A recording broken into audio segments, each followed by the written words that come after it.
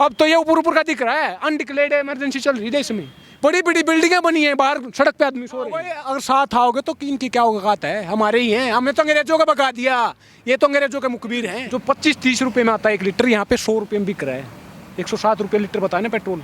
तो ये तो वही बात होगी, पजामा था 200 रुपये का, नाड़ा 1200 रुपये का, क्योंकि ये स्टेट को बाहर निकाल रहे हैं और ये कंपनियां डिसाइड कर रही हैं। आप मुझे बता, कंपनी को क्या मतलब है, वो मुनाफा कमाएगी या गरीब जनता को फ्री में देगी? 6 महीने से बैठे, हमारा समाधान नहीं निकल रहा। आप घर पे बैठ के ट्वीट करने से कुछ नहीं होगा भाई साहब, ये लूडो पबजी खेलने से कुछ नहीं होगा।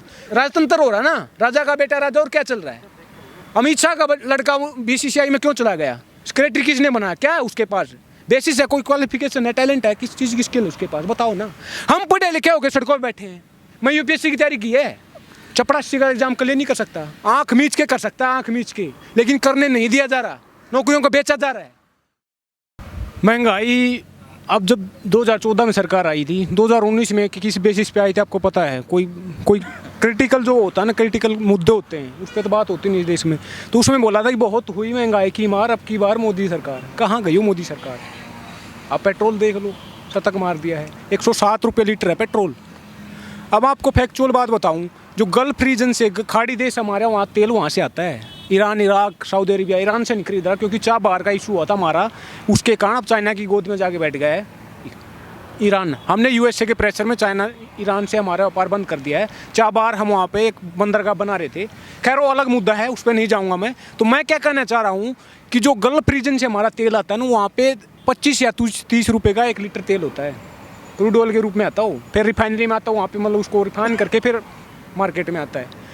तो वो तेल जो 25-30 रुपये में आता है 1 लीटर, यहाँ पे 100 रुपये में बिक रहा है, 107 रुपये लीटर बताए ना पेट्रोल। तो ये तो वही बात होगी, पजामा था 200 रुपये का, नाड़ा 1200 रुपये का, क्योंकि एक्चुअल कीमत तो 30 रुपये है ना उसकी, 70 रुपये टैक्स लगाए कहाँ जा रहा है। और एक इंटरेस्टिंग बात बता दूँ, आपने महंगाई की बात की है, महंगाई क्यों हो रही है?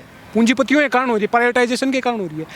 पेट्रोल डीजल का सरकार इंटरवेंशन करती थी, सरकार उसकी डिसाइड करती थी कीमतें। 2010 में तो पेट्रोल को, 2014 में डीजल को कंपनियों के हाथों छोड़ दिया था। जीएसटी सुना होगा आपने, जीएसटी को, पेट्रोल डीजल को जीएसटी से बाहर रखा है। क्यों रखा है? क्योंकि कंपनियां डिसाइड करेंगी, सरकारी, अगर जीएसटी तो सरकार डिसाइड करती है ना, जीएसटी काउंसिल बना रखी है, सुशील मोदी जी जिसके चेयरमैन है, बिहार के उप मुख्यमंत्री जी रहे हैं, सबको पता होगा। तो मैं क्या कहना चाह रहा हूँ, सरकार ने उसको कंपनियों के हाथों छोड़ दिया है, और वही कंपनियां डिसाइड कर रही हैं, 30 रुपये का 100 रुपये में बेच रही हैं, और वही कंपनियां खेती में आने वाली हैं। आपने महंगाई की बात की ना, तीसरा कानून क्या बोलता है? आवश्यक वस्तु अधिनियम 1955 में पास किया था। उसका मतलब क्या है? महंगाई को टैकल करना, मतलब उसको पकड़ना, उसको मतलब कम करना। उसका मुद्दा क्या है कि जो पूंजीपति हैं, जो पैसे वाले हैं, वो अपने ज़्यादा से ज़्यादा मात्रा में किसी भी अनाज, दाल, सब्जियों को, फल सब्जियों को उनमें होल्ड कर लेंगे, बाद में महंगाई को मैनिपुलेट करेंगे वो। क्योंकि एक आदमी पूरे देश की मार्केट का अनाज या दालें, सब्जियां जो भी अपने पास होल्ड कर लेगा, तो उसके पास मोनोपोली है, कुछ भी करेगा वो। और 20 रुपये का आलू प्याज 200 रुपये में बेच सकता, तो यही तो हो रहा है। तो उस एसेंशियल कमोडिटी एक्ट में संशोधन किया है, ये पूरे देश पे असर करेगा। आप महंगाई की बात कर रहे हो ना, 100 रुपये पेट्रोल है, ये तो कोई बात नहीं है यार। जो 25 या 30 रुपये आटा आ रहा है, ये 200-250 रुपये भी आएगा, क्योंकि वो पूंजीपति होल्ड करेगा ना। महंगाई ऐसे तो बढ़ेगी ना। चाहते क्या है ये? कोई सवाल उठाएगा तो जेल में डाल देंगे, रास्ता बचा क्या कोई? आपकी जिम्मेवारी बनती है, सरकार आपकी वोट देके हमने आपको बैठाया है, आप करो ना उसको। गरीब आदमी इतने, 2/3 पॉपुलेशन इंडिया की ऐसी है जो 100 रुपये से कम कमाती है, $1.5 से कम कमाती है। आप किसी भी यहाँ से जैसे मेट्रो में जाओगे, किसी भी एक कोने से दूसरे कोने में 60 रुपये लगते हैं, एक तरफ के बता रहा हूँ मैं। और कमाई कितनी है? 100 रुपये। कैसे टैकल करोगे? कौन खाएगा ये जो सरकारी आंकड़े दिखाते ना, इतनी आय बढ़ गई, मिडिल क्लास के अच्छे दिन आए, बुरे दिन आए, ये सब बकवास है। किसी का शायर ने कहा है कि तुम्हारी फाइलों में गाँव का मौसम गुलाबी है, मगर ये आंकड़े झूठे, ये दावा किताबी है, ये दावे किताबी हैं। अब बोला था नहीं इन्होंने, किसानों की आय दुगनी करेंगे, कितनी होगी दुगनी आय? 70-80% पॉपुलेशन तो एग्रीकल्चर पे डिपेंड है, इन्हीं की तो जेब पे असर पड़ेगा। लोअर मिडिल क्लास या लोअर क्लास, इसी को तो बोलते हैं। एक सर्वे बताता है, इकोनॉमिक सर्वे, सरकारी कागज होता है, वो बोलता है कि किसानों की एवरेज आय इस देश में एक महीने में 6000 रुपये है। 6000 रुपये में है, उसके फैमिली में कितने मेंबर होंगे? 5-6 मेंबर तो कम से कम होंगे। कैसे गुजारा होगा भाई साहब? कहाँ लेके जा रहे हैं? आपकी और हमारी युवा, ये भी युवा है, मैं भी युवा, आप भी युवा हो, आपको सड़क पे आना पड़ेगा। इस देश को प्राइवेटाइज कर, निजीकरण कर रहे हैं, नौकरियों को बेच रहे हैं, ऊपर से महंगाई कारण क्या है? निजी कंपनियों को बेच रहे हैं, कंपनियां खरीद रही हैं, कंपनियां बेच रही हैं।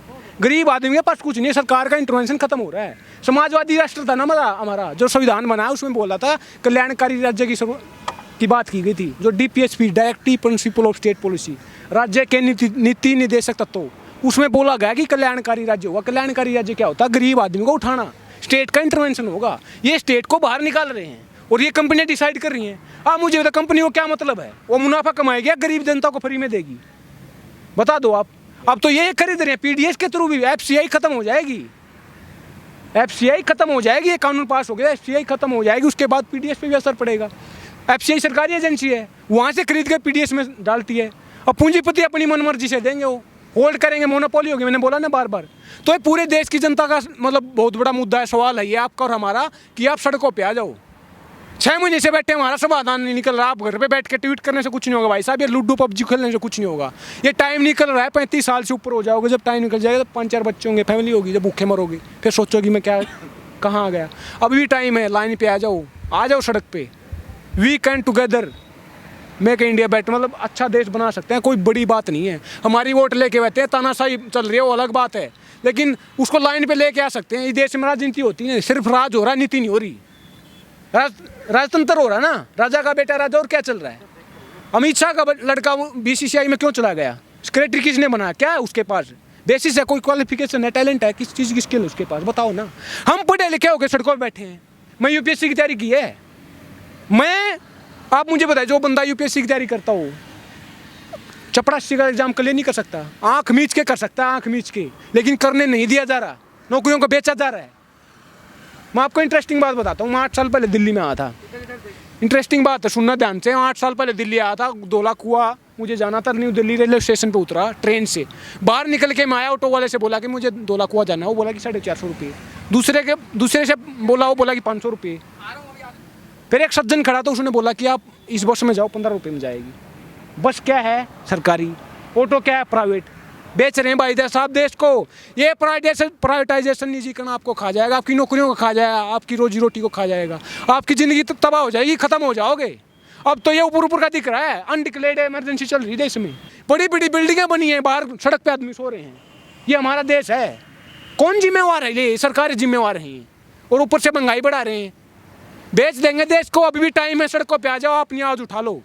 एक इमरजेंसी लगी थी, लेकिन देश सुधर गया था। आज इमरजेंसी जैसे हालात बन चुके हैं, वो दिख नहीं रही है। ये फर्जी राष्ट्रवाद दिमाग से निकाल दो। जो सांप्रदायिकता जो परोसी जा रही है टीवी के थ्रू, ये टुकड़े टुकड़े, ये जुमला गैंग देश में, आप पता होगा जुमला गैंग कौन है। दिन रात टीवी पे बैठ के देश में जो कम्युनल माहौल को क्रिएट किया जा रहा है, जो माइंड, जो सेंसिटिव माइंड होता है, बच्चे हैं जो छोटे छोटे बच्चे हैं, उसको बताया जाता है पैदा होते ही तेरा धर्म क्या है, जाति क्या है। आप मुझे बताए, छोटा सा बच्चा है, 18 साल के बाद उसको सारे राइट मिलते हैं, शादी का अधिकार होता है।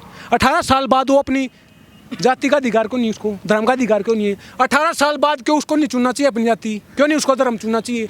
कौन जिम्मेवार है? कौन सिखा रहे हैं बातें? कहाँ गए? ये असली में लिबर्टी होती है। संविधान में बात की गई है, बाबा साहब अम्बेडकर ने बताया था कि 1 वोट 1 वैल्यू। आज वो वैल्यू बची है क्या? 130 करोड़ लोग हो आप, 130 करोड़ वाकई होगा, टुकड़ों में बांटा हुआ आपको। ये इस धर्म का, ये जिस जाति का है, ये इस पंथ का है। इस देश को समझो, इस बात को आप। अगर आप इकट्ठा हो गए, अगर साथ आओगे, तो इनकी क्या औकात है? हमारे ही हैं। हमने तो अंग्रेजों को भगा दिया, ये तो अंग्रेजों के मुखबिर हैं, इनकी कोई बड़ी औकात नहीं है। तो लाइन पे आ जाओ। संविधान की बात की, उसमें की बात की गई इक्वलिटी, लिबर्टी और फ्रेटर्निटी की, बंधुत्व की। बंधुत्व बचा है क्या आज? भाईचारा बचा है क्या आज? पैसा भाईचारा है, भाई भाई की गर्दन काट देता है गज जमीन के लिए। कौन जिम्मेवार है इसके लिए?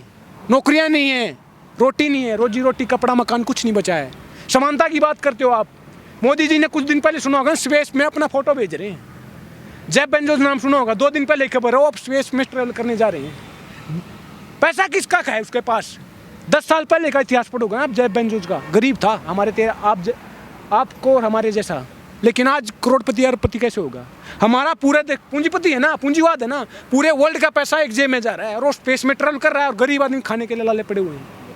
कौन जिम्मेवार इसके लिए? अभी भी टाइम है भाई साहब, लाइन पे आ जाओ। मैं हाथ जोड़ के कर रहा हूँ। मैं तो 6 महीने से पागल हो चुका हूँ। मैं तो नौकरी हमें भी करनी है, किसी को शौक नहीं सड़क पर बैठने का, मरने का। हमारे माँ बाप हैं, हमें भी आगे बढ़ना है। रोटी भी नहीं बची भाई साहब, सड़कों पर सोने लगो।